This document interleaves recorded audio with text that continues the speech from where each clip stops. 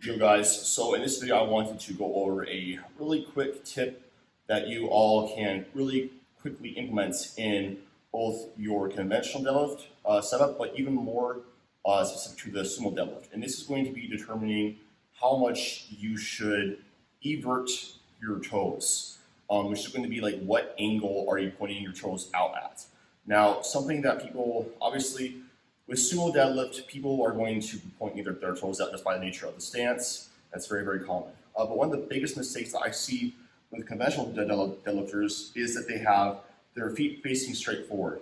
What this does is this reduces the amount of external rotation you can actually have about your hips and keeping those joints stacked. What's going to happen is you're going to have some knee cave with this. You get kind of push forward. You're not able to get as much of a drive off of the floor or be able to lock out as effectively.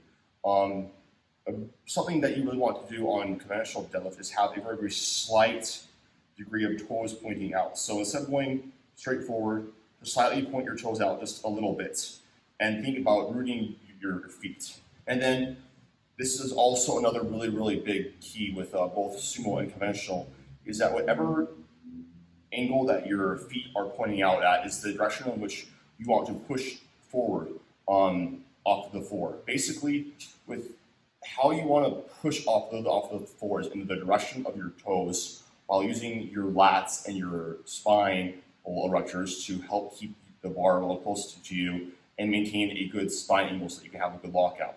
So what that looks like is when you push off the floor, push in the direction that your toes are pointing.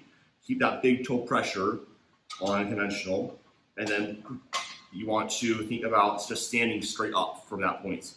I don't like the cue pushing the hips forward. I don't think that really accomplishes much. I think that basically results in lifters going from having a good back angle where their hips are, the position between the ribs and their hips is maintained, to having this scooped anterior pelvic tilt position where it does make it easier off the floor, but when you get to the lockout, it's going to be really, really, really hard.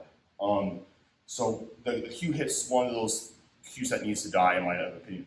What I like a lot better is the cue of standing straight up, because what happens when you stand straight up? Well, your chest is going to be high, and your glutes are automatically going to come forward as a result of it. Like, think about it, if you're sitting up off of a chair, standing up, you're not going to be able to stand up unless you're actually engaging your glutes and pushing those hips forward. So have some slight toe eversion. Point your toes out slightly and then push forward in the direction of your toes while maintaining that back position and keeping the barbell close to you using isometric strength of your lats and your spinal erectors. So that's going to kind of look like the proper execution. It's going to be something like this.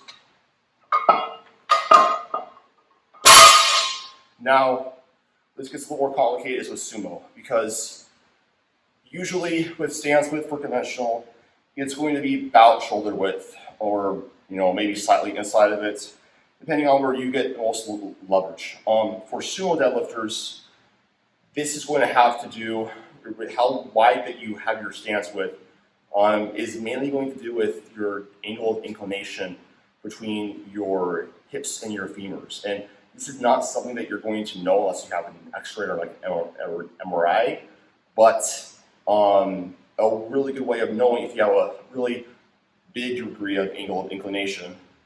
You're probably going to have a wider stance. You're going to be pointing your toes out more, and most importantly, when you apply force out in the direction of your wherever your toes are pointing, because just like with conventional, you want to be able to push out and forward in the direction of your toes, wherever they're pointing. You're going to be able to maintain a stacked joint position.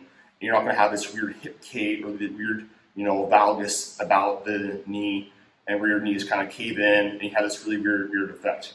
If your knees start to cave in with a really, really wide stance, with your toes pointing out a lot, that's not an efficient stance for you. For somebody like me, for example, I am a strong conventional deadlifter. I prefer sumo for maximum force because I can just lift more weight in this sort of powerlifting, which is strength skill. I'm going to do the stance that is going to give you the most mechanical advantage. So for me, my toe angle is very, very slightly out. I don't have a very, very wide stance. My stance is right about, my ankles are about like right in line with the knurling of with the ring of the deadlift bar, and my toes are pointing more or less, probably like a true 45 degree angle. And when I push out, my knees, so what happens when I push is I'm going to press out in the direction that my toes are pointing, and I'm going to be able to maintain that stacked position with knees and with the ankle of my toes. And I kind of figured this out with a lot of my lifters and people I train in person. A lot of people think they're Dan Green, and they can go out like this, and where this might feel really, really good because people always hear, be able to have your hips as close to the barbell as possible. Well, if you are having poor technique breakdown, and if you're basically having to compensate in patterns that are not conducive to maximal force output, for example, if I'm to go out really, really wide, what happens is my knees will immediately cave in, my back kind of starts to round, I can't maintain this, and it just hurts my abductors. So the key with determining stance width on sumo is to experiment with different stance widths first, and then with different angles of toe eversion, or how you're pointing them out. And whatever position that you can maintain that stacked position in and get lots of push off the floor with sumo, because you want to be able to push really hard off the floor, is what's best for you. So a really good way that I like to conceptualize sumo deadlifting is, you want to basically, when I'm setting up for sumo, when I kind of go like this and I'm setting up, how I know that I'm the right distance away from the barbell is I set my hips back like this. My arms are in line with the barbell. All I have to do is just go down, push my knees out, grip the barbell, and then I can just press off the floor really, really hard.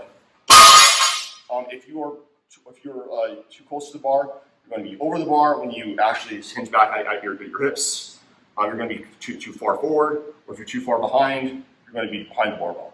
So this is going to take some experimentation, but just because your favorite lifter deadlifts in a certain stance, has a certain width, a certain angle of toe eversion, does not mean that's how you should lift.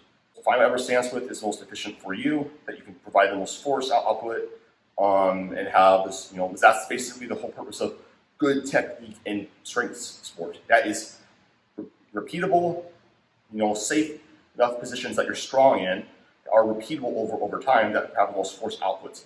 That is what good technique is when you're talking about that in the context of strength sport.